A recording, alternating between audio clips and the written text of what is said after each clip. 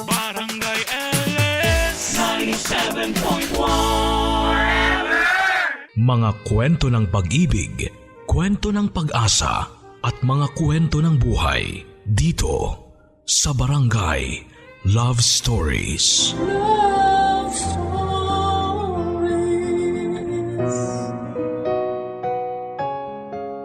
May mga bagay at sitwasyon na mali pero parang tama kapag pinaira lang damdamin. May mga bagay na dapat gawin pero masasakripisyo ang nararamdaman. Mahirap kalaban ang katotohanan at kasinungalingan.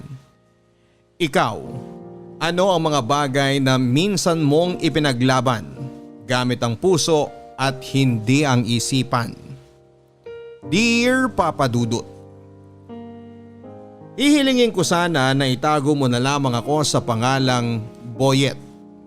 Sinadya ko rin na palitan ang pangalan ng iba pang tao dito sa sulat ko. Nahihiya kasi ako at natatakot na baka kapag may makaalam, hindi na maging maganda ang trato sa akin at masira ang magandang takbo ng aming pamilya. Alam kong nakakahiya ang ikikwento kong ito pero Papa Dudut, wala akong magawa.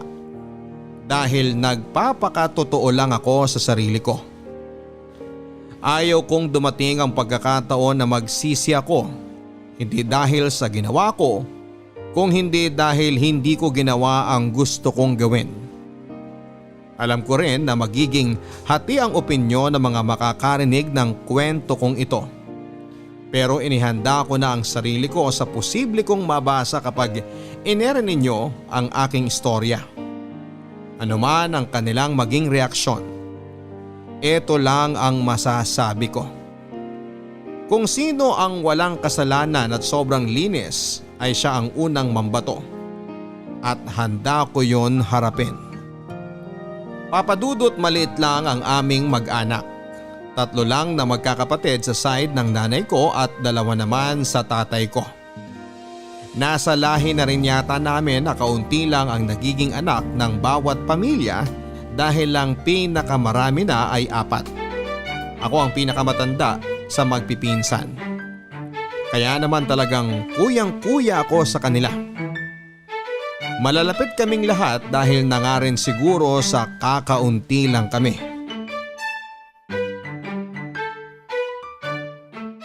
Tita, mano po? Oh, bakit mag-isa ka?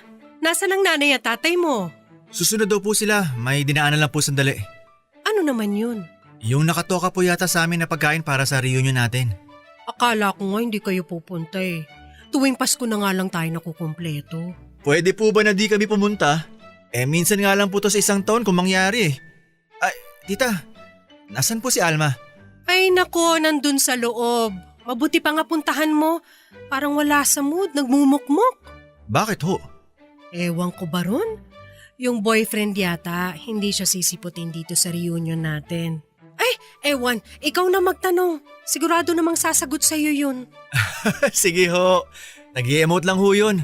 Baka nagpa-practice maging artista. Pasok po muna ako. Nandun sa kwarto niya. Kausapin mo nang hindi parang mahal na araw ang muka. Paskong Pasko eh.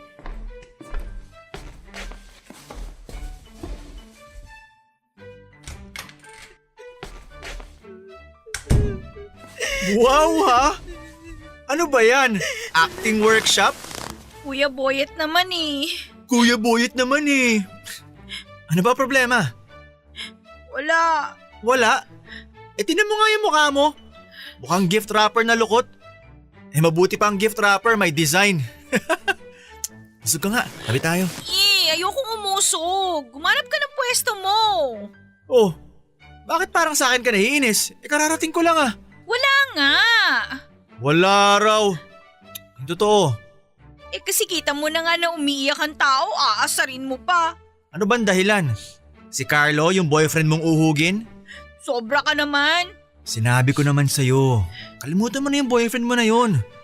Wala ka talaga maaasahang tibay dun. Saka bata mo pa. Kalimutan mo muna yung boyfriend na yan. Guguluhin lang yan ang buhay mo. Mabait naman si Carlo. Kung mabait yan, di sana hindi ka umiiyak ngayon. Pwede ba? Tama na. Paskong Pasko oh. Oh, panyo. Punasan mo yung luha mo at pati yung sipon mo. Nagagaya ka na tuloy sa Carlo na yon. Siya uhugin, ikaw sipunin. Ay, teka. Oh, gift ko sa'yo. Oh, ano to kuya? Eh di buksan mo. Wow! Ito yung kwintas na nakita natin sa mall na gusto ko ah. Happy ka? Oo naman. Teka, ang mahal nito ah. Akin na. Isusuot ko sa'yo. Kuya, thank you ah. Kwintas lang pala makakapagpangiti sa'yo eh. Nakakahiya. T-shirt lang bigay ko sa'yo. Ay, sabi ko tuloy. Ayos lang yon. Yan. Bagay sa'yo ah. O ano, Boyet? May sumpong pa ba ang prinsesang Emotera? Mukhang wala na po, tita. Okay na po to. Uhali na kayo na makapag-ayos na tayo ng mesa. Baka dumating na sila. Opo ma, susunod na po. Bilisan nyo ha, tama ng kaartehan, ha? Naman. Sabay na po tayo, tita. O Alma, ayusin mo mukha mo. Paglabas mo, dapat nakasmile ka na ha. Thank you uli ha. Yan, ganyan. Nakangiti. Sunod ka na ron kapag okay ka na. Sige kuya. Papadudod si Alma ang sumunod na matanda sa akin sa magpipinsan. Kung ako ay 30, siya naman ay 28. Sa lahat ng magpipinsan, kami talaga ang close sa isa't isa.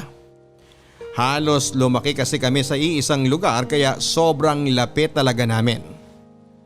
Minsan nga ay parang mas okay pa kami kesa sa mga kapatid namin.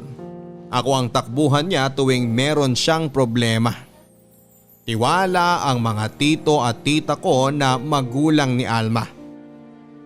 Madalas nga na ako ang tinatanong nila tungkol sa mga personal na buhay ni Alma.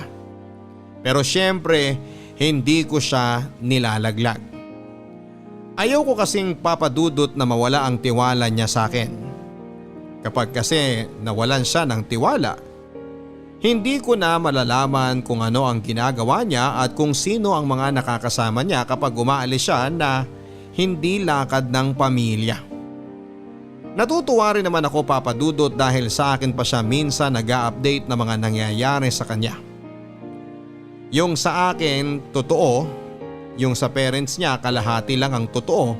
Lalo na sa lugar na pupuntahan niya kasama ng ilan niyang mga kaibigan.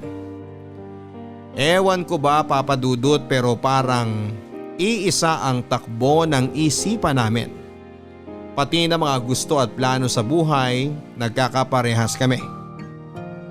At isa sa nakagawian na naming dalawa pagkatapos ng Pasko ay ang pagpunta sa Quiapo para magsimba. Pagkagaling sa Divisoria para mamili ng mga prutas para sa bagong taon at kung ano-ano pa para sa iba naming mga pinsan. Bukod pa sa regalong na ibigay namin sa kanila. Yun na rin kasi ang pambawi namin sa isa't isa dahil busy kami sa kanya-kanya naming trabaho kaya hindi na namin nagagawa yung tulad dati noong nag-aaral pa kami na hindi pwedeng lumipas ang isang linggo na hindi kami nagkikita at namamasyal. Minsan kasama ang iba naming mga pinsan. Minsan kaming dalawa lang.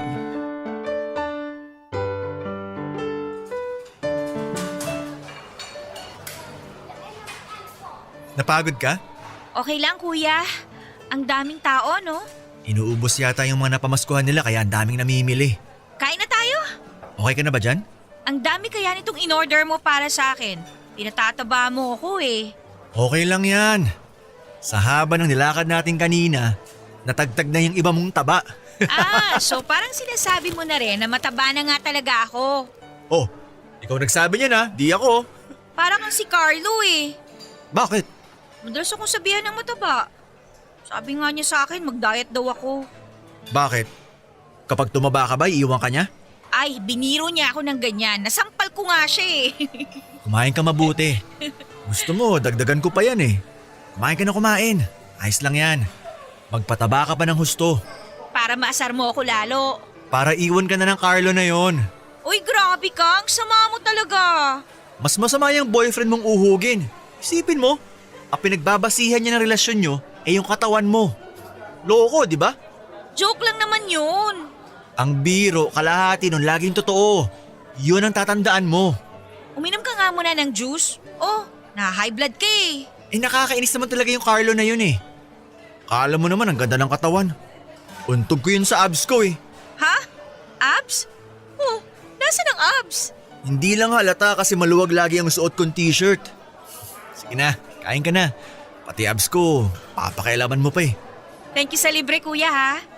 Mamaya ka na mag-thank you kapag naibigay ko na sa'yo to. Ano na naman yan? Oh, buksan mo. Tapos na ang Pasko, may pahabol pang regalo. Wala yata ako may papalit dyan ah. Sige na, buksan mo na. Sirain ko na yung balot ha, para maulit. Swerte raw kasi kapag ganon. Sirain mo man o hindi, mauulit talaga yan.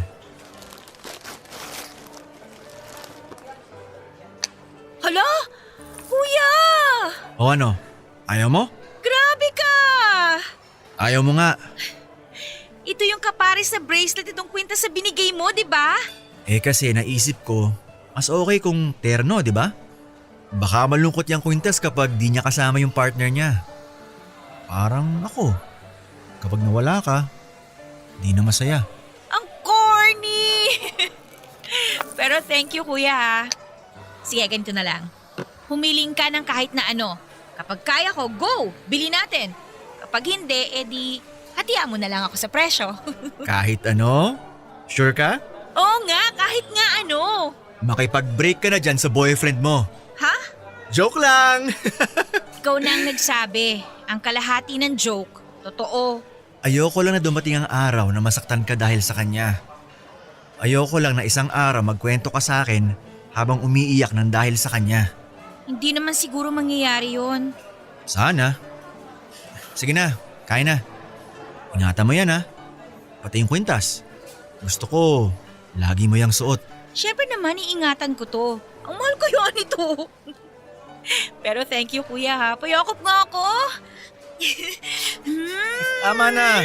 May pawis ako. Kain na tayo at makauwi na. Makaabutan tayo ng traffic. Papadudot sa mga regalo ko rin minsan idinadaan para maiparamdam ko kay Alma na espesyal talaga siya. Yun na rin ang ginagawa ko para naman masuklian ang kabutihan niya sa kanyang mga magulang. Kahit kasi minsan may gusto siyang bilhin, ipinagpapaliban na lang niya dahil inuuna niya ang pangangailangan ng kanilang pamilya. Mabait na anak kasi si Alma at isa yon sa hinahangaan ko sa kanya. Sweet siya, Papa Dudut. Siya yung pinsan na laging nakayakap sa amin. Umahalik at hindi nahihiyang magsabi ng I love you sa aming lahat. Kaya nasabi ko na swerte ang magiging boyfriend ni Alma at para sa akin, hindi si Carlo yon. Tutol talaga ako sa relasyon nila dahil iba ang kutob ko sa lalaking yon. Kahit pa noong nanliligaw pa lamang sa kanya. Ewan ko ba Papa Dudut pero kapag nakikita ko siya ay kumukulo talaga ang dugo ko. Pinipigil ko na lang talaga minsan alang-alang kay Alma. Ayaw kong sumama ang loob niya sa akin. Bukod kasi sa pagiging pinsan, isang matalik na kaibigan din siya. Yung handang makinig sa lahat ng kwento ko. Nagpapalakas ng loob ko kapag medyo napangihinaan ako at nawawala ng tiwala sa sarili. Siya yung tipo ng tao na alam kong iwan man ako ng mundo, nandyan pa rin siya sa tabi ko. At ako rin naman laging nasa tabi niya at hindi siya iiwan at pababayaan. Papa Dudut, partners in crime kung tawagin kami sa pamilya namin. Minsan tuloy ay ginagawa na lang katatawanan tuwing may reunion kami sa kung ano raw ang totoong kasarian namin. Bakla raw ba ako o tomboy si Alma kaya nagkakasundo kami sa lahat ng bagay. Ang hindi nila alam ay hindi sa lahat ng bagay ay nagkakasundo kami. Lalong-lalo na sa mga manliligaw ni Alma. Bago siya mag-boyfriend, Imbes sa mga magulang niya ay sa akin niya muna ipinakikilala. Dahil nagtatampo ako kapag nalaman ko na nagka-boyfriend siya na hindi ko muna nakilatis. At kapag niloko siya ng nagiging boyfriend niya o kahit sinong lalaki na umasta sa kanya ng hindi maganda, ay ako lagi ang humaharap. Ako ang knight in shining armor ni Alma. Ako ang re-rest back sa kanya. Ako ang nag-iisang boyet na handang harapin ang lahat para sa kanya.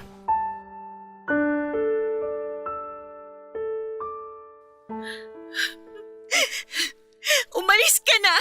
Bago pa dumating ang mama at papa ko! Alma, nagsusorry naman ako eh. Hindi ko naman yung sinasadya. Anong hindi sinasadya? Kitang-kita ko kayo na babae niyo sa loob ng kotse mo! Nakisabay lang naman siya sa akin. Nakisabay? Ha! Ayos ah! Kaya pala hinahalikan mo siya nung nakita ko kayo. Ano yun, Alma? Kuya, wala to. Sige na, Carlo. Umalis ka na. Please lang. Ano ginawa ng uhuging to sa'yo, ha? Buti pala naisipan kong dumaan dito sa inyo ngayon. Tama na, kuya. Carlo, please lang. Sige na, umuwi ka na. Magkalimutan na tayo. Wala na tayo. Ayoko na sa'yo. Pero Alma, ikaw naman talaga ang gusto ko eh. Hindi mo ba narinig, ha? Ayaw na raw sa'yo ng pinsan ko. Teka, uulitin ko, ha? Baka di mo narinig eh. Lalakasan ko. Ayaw na niya sa'yo. Alma, mag-usap naman tayo. Kulit mo rin eh, no? Eto dapat sa'yo eh. Kuya Boyet, tama na. Tama na. Uulit ka ba? Gusto mo ba? Umalis ka na, Carlo. Umalis ka na. Please lang, umalis ka na. Sige, aalis muna ako. Mag-usap na lang tayo pag malamig na ang ulo mo. Uhuging talaga eh. Kulit mo kasi. Sinabi na sa'yo na wala kang maaasahan dyan sa lokong yan. Pumasok na tayo sa loob, kuya.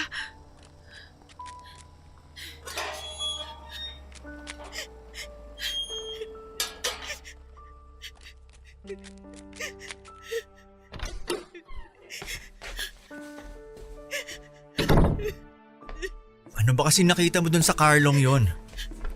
Yung isang araw, Paskong Pasko, umiiyak ka dahil sa kanya. Tapos ngayon nagpunta ako dito sa inyo, aabutan ko, umiiyak ka na naman.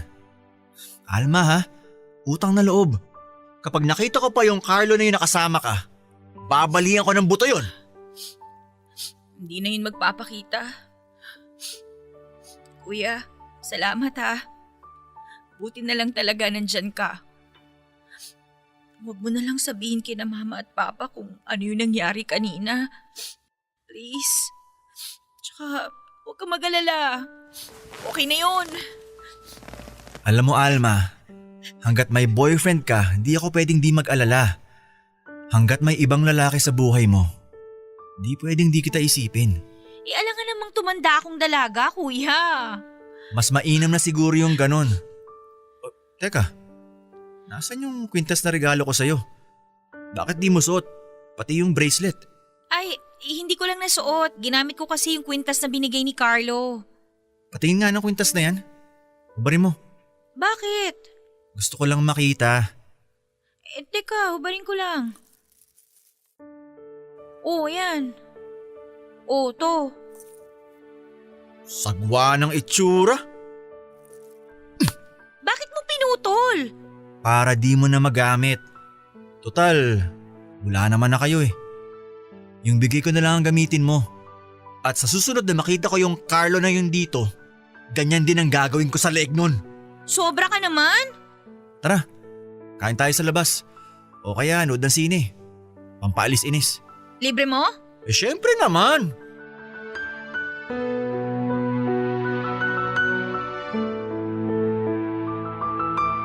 Papadudo talagang gigil na gigil ako sa boyfriend niyang yon. Kaya talagang parang lahat ng lakas ko ay nilagay ko sa kamay ko. Pagkakataon ko na yun eh. Sobra kasi talaga akong naapektuhan kapag nalalaman kong nasasaktan si Alma. Hindi ko may paliwanag ang nararamdaman ko sa tuwing nakikita ko siyang umiiyak o kaya naman ay namumroblema. Kaya habang nalulungkot si Alma dahil nag-break na nga sila ni Carlo, lagi akong pumupunta sa kanila o kaya naman ay niyayaya siyang lumabas kapag walang pasok sa trabaho. Para na ring malibang siya at makapag-move on. Papadudot, noong mga panahong yon ay hindi ko maintindihan kung bakit kontento na ako na si Alma lang ang babae sa buhay ko bukod sa aking nanay. Hindi ako nagkakagusto sa iba. Siguro nagagandahan ako pero parang hinahanap ko kasi sa ibang babae ang mga katangiang nakikita ko kay Alma. Para kasi sa akin kung sakaling magka-girlfriend ako, gusto ko yung parang yung pinsan ko. Hindi baling hindi niya kasing ganda pero kasing ugali man lang. Madalas tuloy akong lokohin ng mga kabarkada ko na baka daw nagkakagusto na ako sa pinsan ko. Na malabo namang mangyari dahil alam kong hindi po pwede. Paborito ko lang talaga si Alma sa lahat ng mga pinsan ko at sobrang close lang talaga namin sa isa't isa. Makalipas ang ilang araw, Papadudot, December 31st, nagpasya kami ng aking nanay at tatay na kina Alma magbagong taon. Naisip namin yon dahil parang despedida na rin yon ng tatay ko dahil papunta na siya sa ibang bansa para magtrabaho. Doon namin sinelebrate ang bagong taon.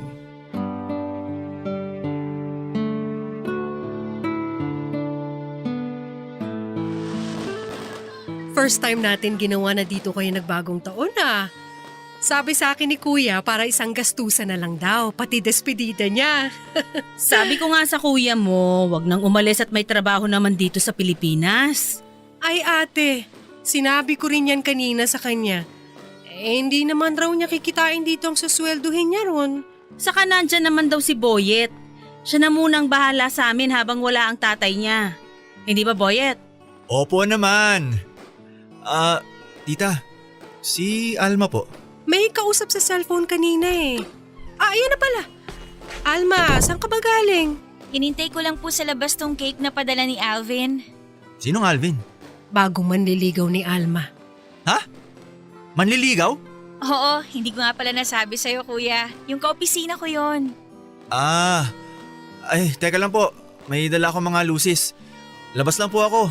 Sayang naman, malapit na mag-alas 12. O Boyet, mag-ingat ka ha. Baka maputukan ka. Pupuntahan ko muna ang tatay mo sa likod bahay at baka luto na yung iniihaw niya. Sama ko, kuya.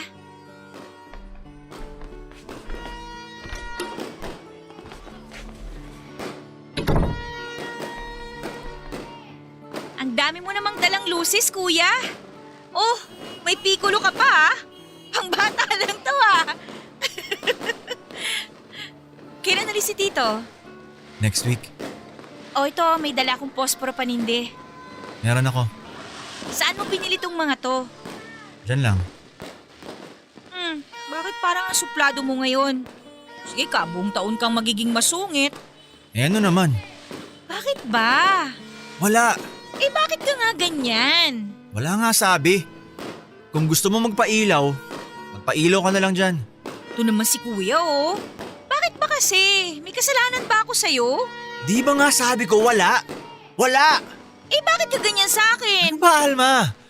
Di ko alam. Di ko alam kung bakit naapektuhan ako sa'yo tuwing kaka-boyfriend ka. Di ko alam kung bakit parang nagsiselos ako. Di ko alam kung bakit parang napakahalaga mo sa akin. Bukod sa pagiging magpinsan natin, di ko alam kung ano itong nararamdaman ko. Lagi kitang inaalala. Ibang pakiramdam ko tuwing kasama kita. Nahihirapan na ako dahil di ko maipaliwanag kung ano ba itong tumatakbo sa isip at puso ko. Kontento na sana ako na wala na kayo ni Carlo pero kanina nung nadinig ko na may Alvin na bagong umaaligid-aligid sa'yo, nag-iba na naman ang pakiramdam ko eh. Hindi ko alam kung mahal kita dahil pinsan kita o kung… Kuya Boyet. Ngayon alam mo ng totoo. Yan ang nararamdaman ko. Pakiramdam na pilit kong iniiwasan. Pakiramdam na ayokong maramdaman. Kuya, baka kasi sobrang close lang natin, kaya… Sana nga eh. Sana ganun lang. Yun din ang sinisiksik ko sa isip ko. Pero ayaw eh. Ayaw maniwala nitong utak ko eh. Kahit anong kumbinsi ko sa sarili ko na hindi pwede, na di maganda to, ayaw tumigil eh. Ayaw magpaawat. Ang hirap, Alma. Ang hirap-hirap. Alma! Boyet! Happy New Year! O tama na yung pailaw, pumasok na kayo dito nang makapagdasal at makakain na. Naghihintay mga kapatid nyo sa loob. Naghahain ng tito at tatay mo, Boyet. Sige po, Nay. Sunod na po kami. Bilisan nyo! At huwag mong iisipin, Alma, na biro lang lahat ng sinabi ko. Dahil yun ang totoo. Totoo lahat yun, pati na tong lintik na nararamdaman ko sa'yo. Happy New Year.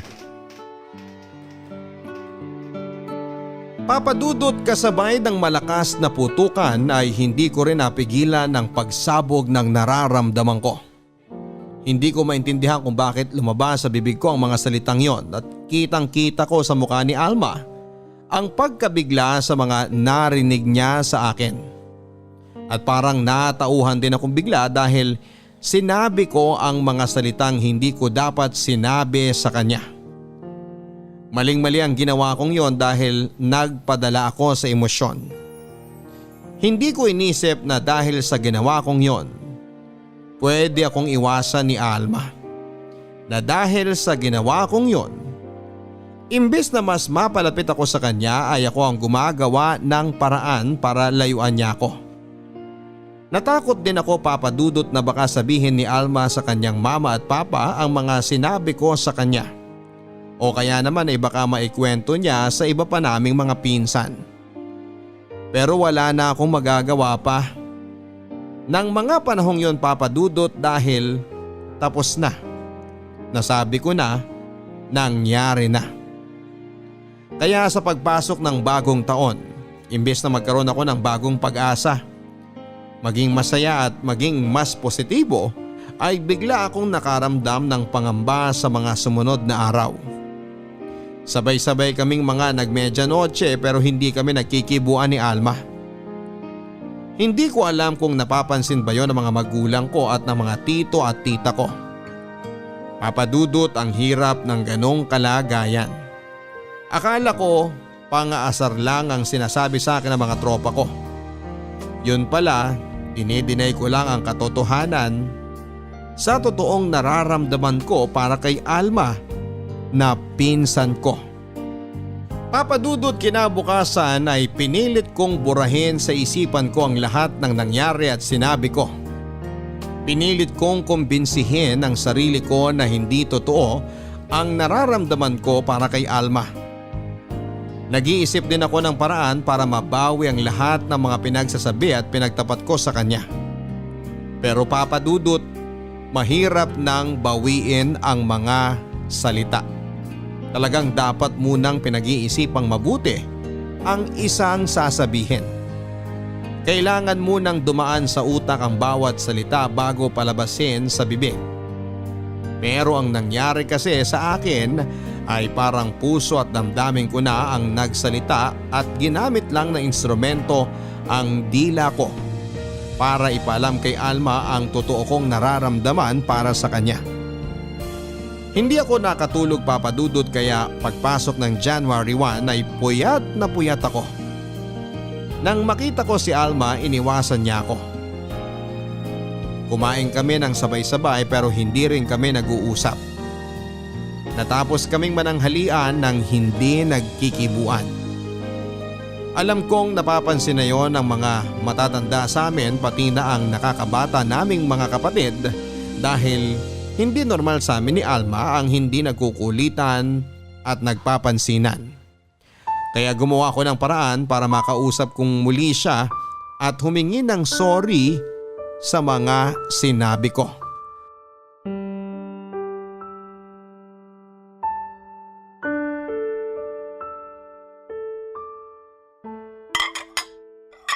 Okay na po to. Kami na po ni Alma ang magliligpit. Di ba, Alma? Opo. Doon na po kayo sa sala. Kami na pong bahala dito ni Kuya Boyet. Sigurado kayo, ha? O sige. O siya, kuya, ate, doon na tayo sa sala at sila na raw ang bahala.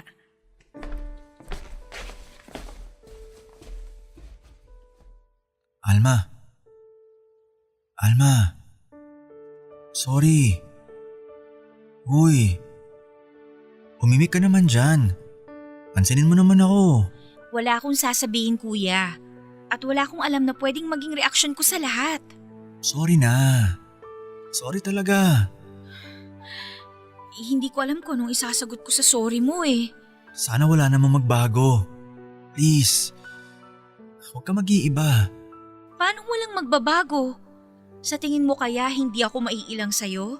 Matapos kong malaman ng totoo kung bakit sobrang close ka sa akin?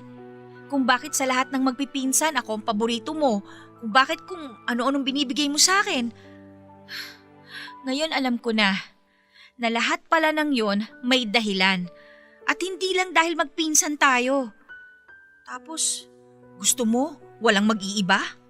Hindi ko rin naman akalain na aabot tayo sa ganitong sitwasyon. Hindi ko naman yun sinasadya.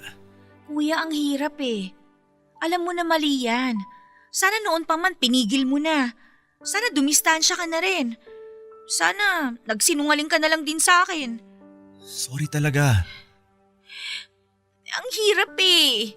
Ang hirap nito. Kung alam mo lang kuya. Kung alam mo lang talaga. Huwag ka naman umiyak. Baka kung anong isipin nila. Ikaw may kasalanan nito eh. Inaamin ko naman eh. Ako naman talaga may kasalanan. At kung alam mo lang din kasi. Oo nga, di ba? Alam ko naman na mali talaga ako, pero please naman Alma, wag mo ko iwasan. Hindi to tama. Lahat maling-mali. Pipilitin kong baguhin ang nararamdaman ko para sa'yo.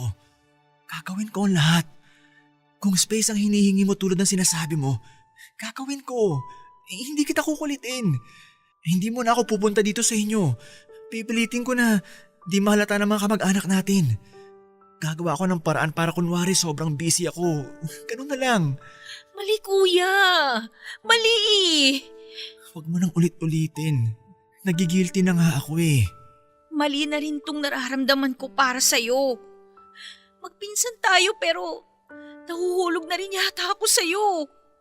Sa totoo lang kaya ako nag-entertain ng bagong manliligaw dahil gusto kong ibaling yung atensyon ko sa iba. Kita mo nga, kabe-break lang namin ni Carlo. Tumanggap kagad ako na manliligaw. Na wala akong pake kahit sabihin pa ng iba na parang ang bilis kong magpalit. Okay lang yun. Okay lang na maging ibang tingin sa akin. Gagawin ko yun. Kahit na mahirap. Gagawin ko yun para hindi ako magkasala na magkagusto sa'yo. Pero sa sinabi mo kagabi, pinagulo mo lang lalo ang isip ko eh. Ngayon, paano mo sasabihin na walang magbabago? Kahit anong gawin natin, hindi pwedeng maging tayo. Malabo at hindi yun mangyayari. Alma, nag-aaway ba kayo ng Kuya Boyet mo? Hindi tita. Nagbibiroan lang po kami ni Alma. Kaya sorry din kuya. Sorry sa atin.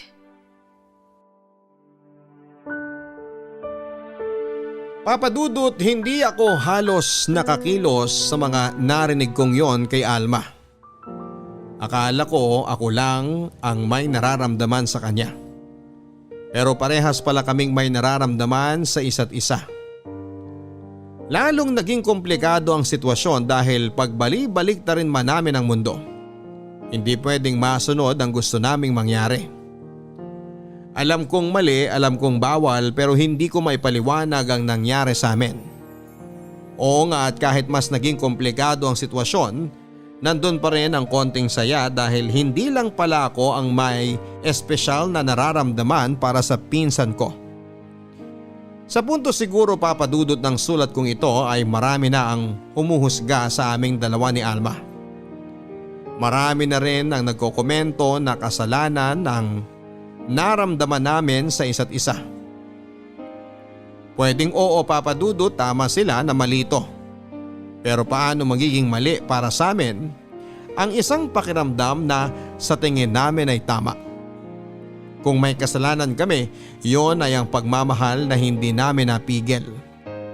Hindi namin alam kung bakit at paano. Kahit kami, ayaw namin ang sitwasyon dahil para kaming mga preso na walang kalayaan. Para kaming nakagapos at dinumero sa bawat galaw. Hindi ako makahanap papadudot ng saktong salita para maipaunawa sa mga tao ang hirap na nararamdaman namin ni Alma. Salamat ah. Buti pumayag ka makipagkita sa akin dito kahit na medyo malayo. Ano ba kasi ang pag-uusapan natin? Kung ayaw mo sa mga bahay natin tayo magkita, pwede namang sa cellphone na lang. Ang mahal pa rito sa resto na to. Mas maganda kasi Alma kung personal eh. Mas gusto ko na nakikita kita habang sinasabi ko sa iyo yung mga gusto kong sabihin. Tulad ng, Kanina pagkagaling sa trabaho, dumaan ako sa Quiapo. Nagsimba ako. dumaan rin ako doon bago ako dumiretso dito. Nakailang buntong hininga ako habang nasa simbahan kanina. Ang bigat ng dibdib ko eh. Sabi ko sa kanya, bigyan niya ako ng lakas ng loob na sabihin sa iyo lahat ng gusto kong sabihin. Humingi rin ako ng tawad sa naramdaman ko sa iyo. Sabi ko sa kanya, kung kasalanan na ikaw ang mahalin ko, sana patawarin niya ako. Kung kasalanan na mahulog ako sa iyo, sana bigyan niya pa ako ng isa pang tsansa para maitama ang mga mali. Humingi rin ako ng tawad. Pero, ang dami kong tanong sa kanya. Bakit ikaw pa? Bakit tayo pa? Ano bang dahilan kung bakit hinayaan niya tayo na maramdaman to sa isa't isa? Mali nga na questionin siya eh. Pero, hindi ko mapigil eh. Para kasing ang daya. Hindi naman ako naging masamang tao. Mabuti naman akong anak. Wala akong nilalamangan, pero bakit kailangan ko maramdaman tong paghihirap na to? Alma, hindi ko alam kung anong magiging buhay ko. Hindi ko alam kung paano ko pipiliting maging normal. Halos 3 dekada tayo na lagi nag-uusap. Halos 3 dekada tayo na sobrang lapit sa isa't isa pero dahil sa pakiramdam na to, na wala namang ibang intensyon kundi magmahal, ito pala yung magbibigay ng dahilan para mawala yung pagiging malapit natin sa isa't isa.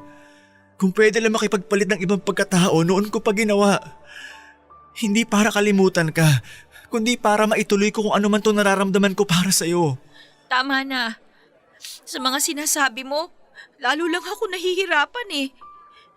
Lalo lang ipinamumukha sa akin na wala akong karapatan na mahalin ka ng higit pa sa kung ano lang ang dapat. Mula sa Lunes, nagpalipat ako sa provincial branch namin sa Mindoro. Every 2 weeks na ang uwi ko sa amin. Isa yun sa naisip kong paraan para dumistansya sa'yo. Sorry. Hindi ka dapat mag-sorry. Ako na ang gagawa ng paraan. Sinabi ko na lang sa boss ko na personal ang dahilan ko. Pero huwag magbabanggit kahit kanino na ako nag-request. Sabi ko sa kanya, kung sakali may makausap siya na kakilala, sabihin niya siya ang nag-decide dahil kailangan ako ron. Kaibigan ko yun kaya tiwala ako. Bakit pa tayo ginaganito? Ikaw na nga lang ang nakakapagpasaya sa akin kapag sobrang sama ng loob ko eh. Alam mo namang wala akong napaglalabasan ng nararamdaman ko. Kailangan natin magsakripisyo para maging tama. Ang sakit naman maging tama. Ang hirap namang maging tama. Mag-uusap pa rin naman tayo. Magkikita pa rin naman tayo pero limitado na nga lang ang lahat. Si Alvin, tuloy mo lang ang pagpapaligaw mo sa kanya. Mukha naman siya mabait eh. Pero wag mo pilitin kung wala ka talagang nararamdaman sa kanya. Kawawa rin yung tao kung gagamitin mo lang para makalimot.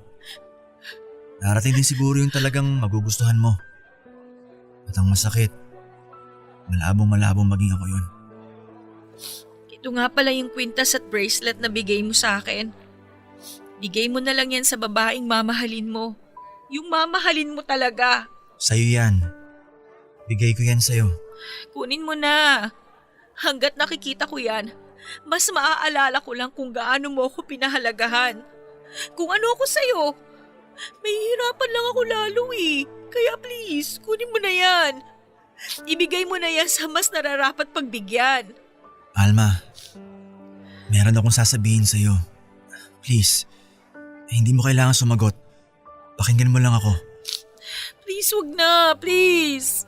Ito na ang una't huli na maririnig mo sa akin to. Ikaw ang kahulugan ng saya. Ibang pakiramdam ko kapag nakikita kitang tumatawa. Para akong dinudurog kapag nalalaman kong malungkot ka. Sa'yo ko lang naramdaman ng ganito. Ikaw pala ang pangarap ko.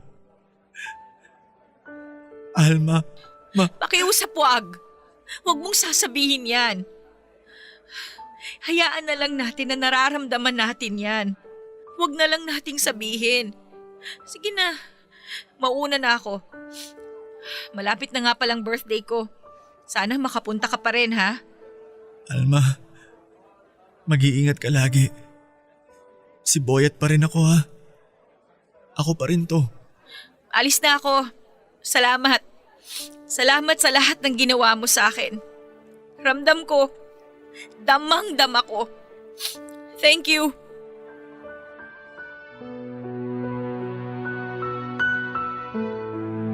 Papa Dudut, pagod na pagod ang pakiramdam ko ng tagpong yon. Wala akong pakialam kung pagtinginan man ako ng mga tao sa restaurant na yon habang umiiyak matapos akong iwang mag-isa ni Alma. Durog na durog ako. Pero yun kasi ang dapat, yon ang tama. Tama pero sobrang sakit. Para akong tinalikuran ng 3 tao. Kaibigan, pamilya, at babaeng handa kong mahalin sa panghabang buhay. First time ko rin, Papa Dudut, na maranasang malasing ng husto sa isang bar kasama ang boss ko na matalik ko rin kaibigan. At doon ko na rin na ikwento sa kanya ang lahat. Hindi naman niya ako hinusgahan, kaya mas lalo niyang naintindihan kung bakit ko mas ginustong madestino sa ibang lugar. Nagsimula na rin magreto ng mga babae ang boss ko para raw mas mapadali sa akin ang paglimot kay Alma. Pero alam mo, Papa Dudut, mahirap talagang pilitin ang sarili kung hindi yun ang gusto mo. Kumbaga sa pagkain ay napakahirap lunukin. Gabi-gabi, Papa Dudut, umiiyak ako. Kahit sa panaginip, umiiyak ako. Kaya pagising ko sa umaga, nagsisimula ang araw ko sa pag-iyak. Hindi ko mapigil at ayaw maubos ng luha ko. Napakahirap pakawalan ng isang pagmamahal. Lalo na kung alam mo na yon ay totoo. Papa Dudut, tinuloy ko ang paglipat ng lugar ng aking trabaho.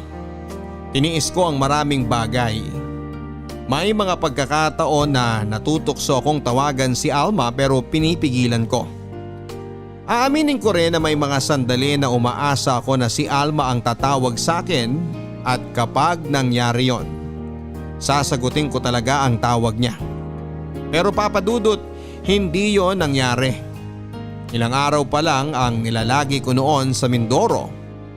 Pakiramdam ko ay taon na ang lumipas. Yun na yata ang isa sa mga pinakamatagal na oras ng aking buhay. Papa Dudut, ilang linggo pa ang lumipas, bumalik ako ng Maynila. Hindi na muna ako nagpunta kina Alma. Kahit mahirap para sa akin ay tiniis ko yon. Pinilit ko ring ibaling ang atensyon ko sa iba. Sinubukan kong manligaw, lumabas kasama ang ibang babae. Pilitin ang sarili ko na magkagusto sa taong hindi ko naman talaga tipo. Si Alma rin, nabalitaan ko na may dinedate din na ibang lalaki. Papa Dudut, sa totoo lang ay nasasaktan ako. Pero anong karapatan ko para masaktan, mali na nga ang nararamdaman namin sa isa't isa. Dumating ang Valentine's Day na birthday din ni Alma. Kaya may konting salo-salo sa bahay nila. Katulad ng hiling niya noong huli kaming nag-usap ay nagpunta ako.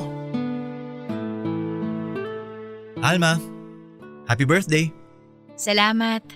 Buti pumunta ka. Akala ko hindi mo pagbibigyan yung sinabi ko nung last na nagkita tayo eh. Marunong naman ako tumupad sa pangako. Saka, espesyal na araw to. Hindi pwede palagpasin. Kumusta ka? Ayos lang naman. Eto, tumanda na ulit. Papalapit na papalapit ang pagkawala ko sa kalendaryo. Namiss ko yung tawa mo. Ayang ka na naman eh. Sorry. Tara, kain na tayo. Gawin pa rin natin yung dati. Nandito lahat ng kamag-anak natin. Para wala silang masabi at maisip na kung ano. Sige, Oo naman, tama. Ay, Kaya natin to, Kuya Boyet. siya nga pala. Nakita kita nung nakaraan. Sino yung kasama mo? Si Jed. Boyfriend mo? Hindi, nanliligaw pa lang. Si Alvin. Hindi naging kami. Alam mo, nakita rin kita noon. May kasama ka rin. Matangkad, maputi. Sino siya? Girlfriend mo? Hindi pa. Lumalabas lang kami. Hindi pa? Ibig sabihin nililigawan mo. Kailangan eh. Ay, tama yan! Hindi, mali. Napag-usapan na natin ang mga dapat nating gawin. Alma, walang nagbago. Pwede ba tama na? Gumagawa na nga tayo ng paraan para makalimutan ng kalokohan na to, kaya please lang, tama na. Tulungan na lang natin ang mga sarili natin. Na ano? Na gawin ang tama, ituwid ang mali, at kalimutan ang kahibangan na nararamdaman natin. Siguro nga, tama ka. Kalimutan na lang. Sana makalimutan ko. Dapat lang nakalimutan mo na. Karina! Karina! Ay ma, may naghanap sa inyo.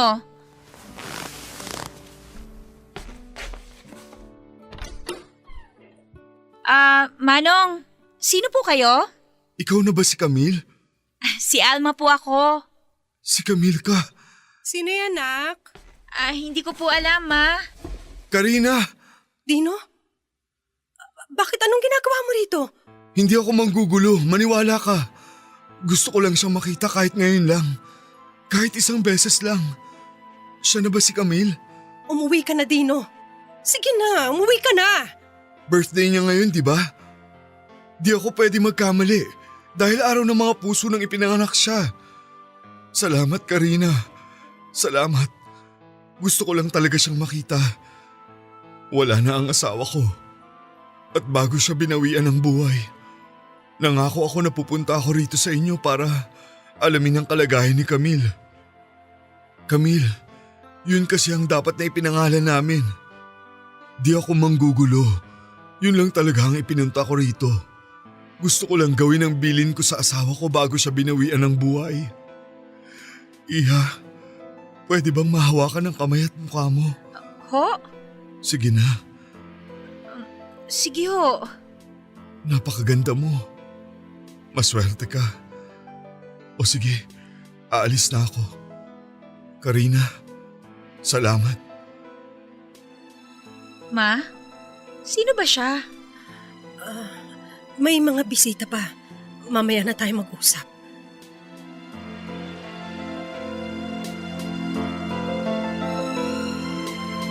Papadudot na gulat ako sa lalaking lumapit kay Alma. Kitang-kita ko ang pagkasabik sa mukha ng lalaking yon habang hinahaplos ang mukha ni Alma. Nakakagulat ang buong pangyayari, ang bilis lang ng kaganapan. Kung wala ako ng mga oras na yon at hindi ko nasaksihan ang nangyari, maaaring hindi ako maniwala. Parang isang eksena sa pelikula. Anong klaseng pangyayari yon na may matandang lalaki na pupunta sa bahay nila Alma para sabihin na siya ang totoong ama ng pinsan ko? Hindi ka panipaniwala pero totoo. Nangyari ito sa harapan ko mismo. Hindi nga nang gulo si Mang Dino at umalis agad siya nang makumpirma niya na ang anak niyang si Camille ay si Alma. Papadudot kinabukasan ay nagulat ako dahil tinawagan ako ni Alma at niyaya niya ako para magkita kami. Kinuwento niya ang lahat sa akin. Ipinagtapat daw ni tita sa kanya ang lahat. Ang buong kwento tungkol sa kanyang pagkatao. Nagbubuntis daw si tita noon pero namatay ang bata pagkalabas. Sakto naman na may isang babae na nanganak din sa ospital na walang pera at handang ipamigay ng mag-asawa ang kanilang anak sa iba. Si Alma raw ang batang gustong ipamigay ng mag-asawa. Sina tita ang kumuha sa batang yon. Samantalang ang totoong anak nila tita ay diniretso na nila sa libingan para walang mag-isip na ang batang Alma ay anak ng iba. Binayaran nila ang mag-asawa at nagkasundo na hindi na manggugulo pa. Halos hindi makahinga si Alma, Papa Dudut, sa pag-iyak habang kinikwento niya sa akin ang lahat. Pati ako, Papa Dudut, hindi ko napigilan ng maluha. Mahigit 2 dekada ang nagdaan bago na ipagtapat kay Alma ang katotohanan. Pinakiusapan ako ni Alma na kung pwede ay walang makaalam ng sekretong yon. Dahil kahit isa sa aming kamag-anak ay walang may alam sa mga nangyari. Papa Dudut, hindi ko alam kung matutuwa ba ako o malulungkot. Lungkot dahil hindi pala namin tunay nakadugo si Alma. Tuwa naman dahil may posibilidad na pwedeng maging kami. Pero ang tanong pa rin, paano kung alam ng kamag-anak namin ay magpinsan kami at hindi namin pwedeng sabihin na ampon si Alma? Kaya isang desisyon ang binuo namin.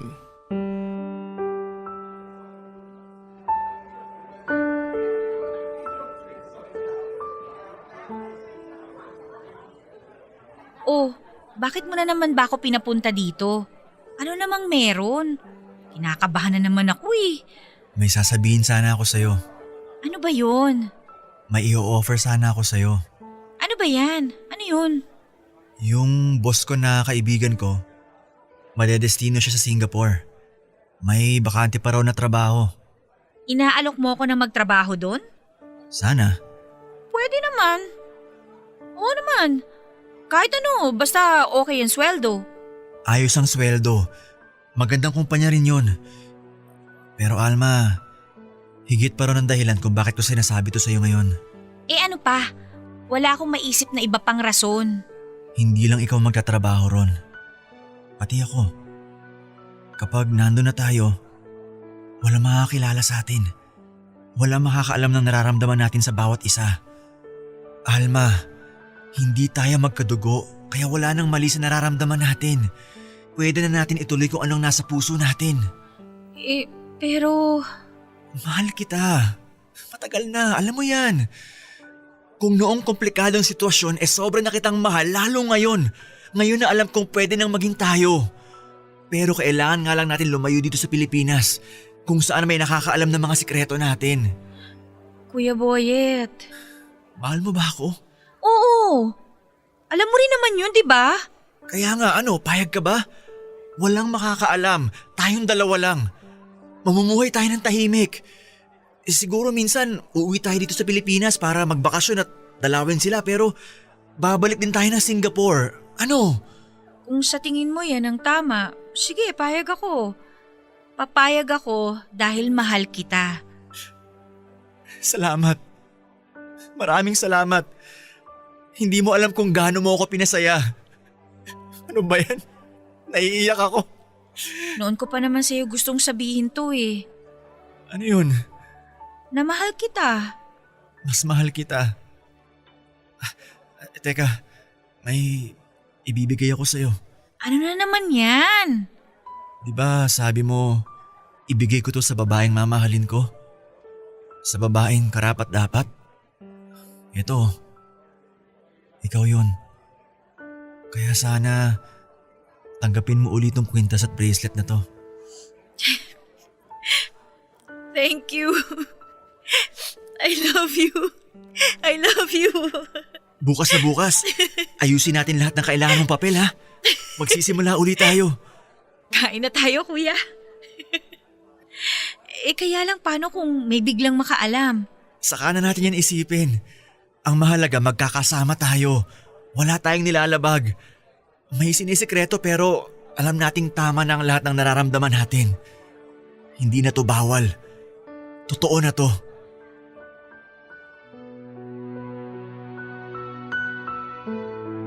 Papa Dudut, sobrang saya ko nang pumayag si Alma sa plano kong yon. Kinausap kong mabuti ang kaibigan ko na boss ko tungkol sa plano ko. Naintindihan niya at nangakong walang makakaalam ng tungkol sa amin ni Alma. Papa Dudut, hindi ko masabing niloloko namin ang pamilya namin at kamag-anak pero eto lang ang naisip kong paraan para sundin ang kung ano ang nasa puso namin. 3 taon na kaming nagtatrabaho ni Alma sa Singapore. 1 beses sa 1 taon kung umuwi kami sa Pilipinas. Sa awa ng Diyos ay hindi naman kami naapektuhan ng pandemic dito sa Singapore. Pareho pa rin kaming may trabaho at tuloy-tuloy ang buhay. Hindi kami nakauwi ng buong 2020. Pero sa panalangin at pagkapit sa Diyos, maayos at masigla ang mga mahal namin sa buhay sa Pilipinas. Tuwing nasa Pilipinas kami, ang palabas namin ay magpinsan kami. Mahirap, kailangan laging mag-ingat. May mga pagkakataon nga noong wala pang COVID na hindi kami sabay umuwi ng Pilipinas para hindi mahirap para sa amin. Parang lagi kaming nasa isang nakakakabang eksena tuwing kasama namin ang aming mga pamilya. Mahal namin sila ng lubos at ayaw sana namin silang lokohin, pero kung ito lang ang paraan para maituloy namin ni Alma ang aming relasyon, pikit mata naming gagawin yon. Sa Singapore, kami ang halimbawa ng mga taong gagawin ang lahat masunod lang ang tinitibok ng puso. Mali ba papadudot na maglihim kami?